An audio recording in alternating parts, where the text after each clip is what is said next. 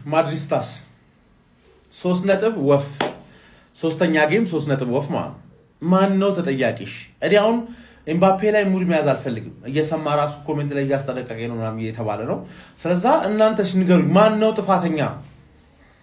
2 ዓመት ኤምባፔ መጣ ትሮፊ ለስልን ነው። እሺ ሮሞንታር አልጠብቅ ባየር ሙኒክ ላይ እስካው እዚህ ደረጃ ድረስ በቋጠሮ ነው የደረስነው። ሀቅና ወራ ከተባለ ማለት ከቫልቨርዴ ውጪ ወኔ ያለው ሰው ራሱ አላየውም። ምንም ቫልቨርዴ ራሱ ያገባው ኳስ በረኛው መመለስ ነበረበት ስለማይችል ፓወሩ ነው ከባድ ፓወር ማለት ምን ይሻላልሽ? ተረዳሽኝ አይደል?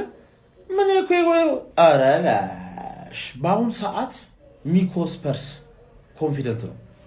ቢያንስ ኒው ማናጀር ባውን ሳለው እሱ ገባለ ነገ እስኪቀየም ድረስ ሚኮስ ፐርስ ከማድሪድ ደጋፊ ባውን ሰዓት ኮንፊደንስ አለው። ገባለ እንዴት ነው 3 ነጥብ የምናገኘው? ተረዳኝ አይደል? አሁን ለሞራል እኮ ነው እንጭጣው ለሞራል ማለት ለሞራል ራሱ አረላሽ ወይኔ አረ ጀማው ማድሪድ ዛሬም ነጥብ ጣለ። እየመራ የነበረውን ጨዋታ ጀማው 1-0 እየመራ የነበረውን ጨዋታ 1 በሉ በሜዳና በደጋፊው ፊት ነው የሚጫወተው። ምናልባት ላሊጋው ውድድር ላይ የዋንጫ ተስፋ ይኖርኛል ብሎ ሊጫወት ይችላል። ሻምፒዮንስ ሊግ ላይ ከባድ ሙድ ላይ ነው ያለው። እንደዚህም ሆኖ ዛሬ የመራውን ጨዋታ አንዳቻ ሆኖ አጠናቆ ከዋንጫ ፉክክር ውጪ ነኝ ዘንድሮ ለምንም ዋንጫ የመጫወት እቅድ የለኝም ማለት አለን። የምሬን ነው የምላችሁ። በባለፈ በሙኒክ 2-1 ነው በሜዳና በደጋፊው ፊት የተሸነፈው። እሱ ይገርማል እንዴ ከዚህኛው ጨዋታ በፊት እኮ ላሊጋ 2-1 እኮ ተሸነፈ እኮ። አንተ የቡድን ምን እየሆነ ነው? አንተ ደግሞ ዲክታተር የሆንክ ሰውዬ ምን አባክ ነው መሰራው? ምንድነው መሰራው? ወይ ተጫወት ወይ ውጣና ዳኝ። ምንድነው አሰልጥን። የምሬን ነው የምላችሁ እንዴ በቃ እንዴት የነበረው ማድረግ እኮ ገብቶ እኮ ውጥንቅጡን እኮ አወጣው። እናንተ ውጥንቅጡን እዚህ ግን እንጂ ግራ የሚገባ እኮ ተጫዋች እኮ ሆነብን። ቡድኑም ግራ የገባ ሆነ እኮ። እናንተ አይታችሁታል ማድሪድን። ኧረ ጉዴ ፈላ። እንዲቻላል እንዴ እናንተ? አሁን ቀጣይ የሙኒክን ጨዋታ ይሄ ማድሪድ ነው አሊያንዝ አሬና ላይ ሄዶ ጉድ ሰርቶ ምናምን እንትን ሊል የሚችለው ከባድ ይዘም ጀማው የምሬን ነው የምላችሁ።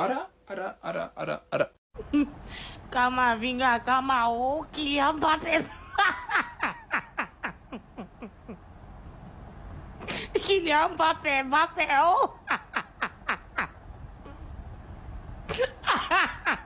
ጎዴና ቫልቬርዴ አንድ አይነት ናቸው። አራዳ ልጆች በሚያስገርም ሁኔታ ማለት ነው። ቫልቬርዴም ካሰመረ ጎዴም የግንብ ስራው ላይ ልክ እንደዛው ካሰመረ ልዩነት የለውም። ከጎል ውጭ ወደ ውጭ ነው ያራዳ ልጆች።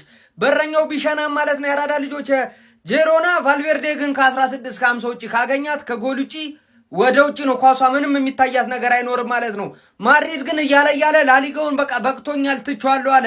ምን ይመጣል ከባየር ሙኒክ ጋር አብረን የምናየው ይሆናል ማለት ነው። ያለው ጣፋንታ እሱ ላይ ስለሆነ ማለት ነው። ባርሳ እስኪጫወት ድረስ በ6 ነጥብ ሆኗል ልዩነቱ ማለት ነው። ባርሳ ነገ ስፓኞልን የሚያሸንፍ ከሆነ ወደ 9 ይሰፋል ማለት ነው። ዛሬ ከጄሮና ጋር አቻ መውጣት ችሏል። ጄሮናዎች ግን ያስቆጠሩት ጎል ይዋዛ ፈዛዛ የሚባል አይደለም። በጣም አስደናቂ ነው። በቢልድ አፕ ከበረኛ ጀምሮ የመጣ ኳስ ነው።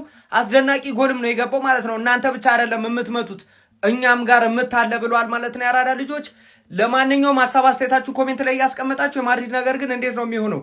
ሼር ኮፒ ሊንክ እየተደረገ ይመቻችሁ። ሪያል ማድሪድ የስፔን ላሊጋ ዋንጫን በገዛ እጁ አሳልፎ ለባርሴሎና እየሰጠ ያለ ይመስላል። በ31ኛ ሳምንት የስፔን ላሊጋ መርሃ ግብር በሜዳው ቤርናባው ከጂሩና ጋር 1-1 በመለየት ነጥብ በመንጣል በዋንጫው ፉክክሩ ላይ ወደ ኋላ ማለቱን ቀጥሏል። እንግዲህ በዚህ ጨዋታ ላይ ሪያል ማድሪዶች በሁለተኛው አጋማሽ ነበር በቫልቨርዴ አማካይነት 51ኛው ደቂቃ ላይ በጣም ቆንጆ ጎል ከቦክስ ውጪ ማስቆጠር የቻሉት። ቫልቨርዴ እጅግ በጣም የሚገርም ጊዜ ነው ከሪያል ማድሪድ ጋር በግሉ እያሳለፈ የሚገኘው። የሚታወቅበትን መለያ የሆነችውን ጎልም እንግዲህ ከቦክስ ውጪ በግሩ ሜኔት አስቆጥሮ ሪያል ማድሪድን ቀዳሚ ማድረግ ችሎ ነበረ። ነገር ግን ያንን ውጤት ማስጠበቅ ተስኗቸው የአርቤላው ሪያል ማድሪዶች 62ኛው ደቂቃ ላይ በቶማስ ሌማር አማካይነት ከቦክስ ውጪ እጅግ በጣም የተለየ ሌላ ጎል ተቆጥሮባቸው ጨዋታውን 1-1 በመለየት ነጥብ ለመጣል ተገዷል። ቶማስ ሌማር የጂሩና ማሊያዎች ስትራይፕ ሲሆንበት አትሌቲኮ ማድሪድ ያለ መስሎት ይሆን አላቅም፣ ብቻ በጣም የተለየ ጎል ነበር ማስቆጠር እየቻለው። ሪያል ማድሪዶች በሙከራም በጨዋታ ብልጫም ጨዋታው ላይ የተሻሉ ነበሩ። ነገር ግን ጄሮናዎች ላይ ተጨማሪ ጎል አስቆጥረው እንግዲህ አሸናፊ መሆን አልቻሉም። በዚህም በላሊጋ ዋንጫ ፉክክሩ ላይ 70 ነጥቦችን በመያዝ ከባርሴሎና ጋር ያላቸውን የነጥብ ልዩነት በይበልጥ ማጥበብ የሚችሉበትን እድል ሳይጠቀሙበት ቀርተዋል ማለት ነው።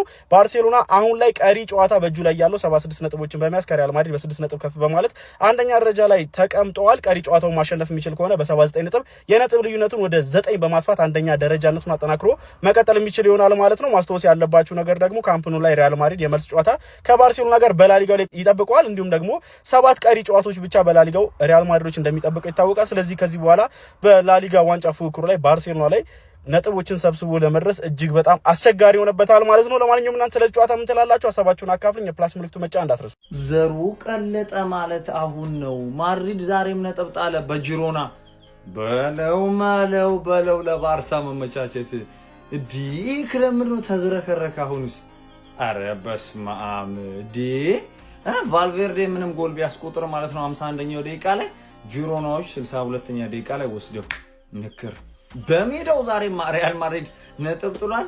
ባርሳ ተመቸው ፍራሽ ነው የሆነለት የነጥብ ርቀቱ ማለት ነው። አሁን ጋፑ ሄዷል ነው የምላችሁ። ለማንኛውም አቻ ወጥቷል ማለት ነው ከጂሮና ጋር ሪያል ማድሪድ። ይመቻችሁ። ኧረ ምን አይነት ሸታታ የሆነ ቡድን ምን አይነት ነው? በመድኃኒዓለም አቃጥለ ሊደፋኝ ነው በገብርኤል። ምን ሆነ ነው አንተ? ኪሊያን ምባፔ፣ ቪኒሺየስ ምንድነው? ዴንካ ብላችሁ ሰጣችሁት እኮ ባርሳ በላው። በቃ ሲያስጠሉ በእግዚአብሔር። ዛሬም ነጥብ ጣሉ ከጂሮና ነው ማን ነው የሚባለው? በጣም ነው የሚያስጠላው። እግዚአብሔር ነው የምሬን። ስንቴ ነው የምትበድለኝ ፈጣሪ? ማለት በስንቱ ነው የምትበድለኝ አንተ? ያንተን ሐሳብ እቀበላለሁ እኮ ግን ተበደልኩ። የምሬን ተሰጠኝ ዛሬም አቻ። እንግዲህ አስበው አቻ በጣም የሚያስጠላ በዚህ ሰዓት ማድሪድ አቻ መውጣት ማለት። ይመቻችሁ። ዋንጫውን አሳልፋችሁ ሰጣችሁታል ያራዳ ልጆች። በደም ኮፕሊንግ ሪፖርት ሸር ማድረጋችሁ እንደረሳ። ዞላን ደግሞ እየረሳን ነው። ፎሎ እናድርግ ጋይስ። ዞላ ከታች ያለውን ሜንሽን ያደረጉትን ፎሎ እያደረገን 10,000 ነው ሙላትና ሰኞ ብቻ ነው ጋይስ። ቀን ያለች እስከ ሰኞ ብቻ ነው። ፎሎ እናድርግና 10,000 ረበራችን እንቀበል።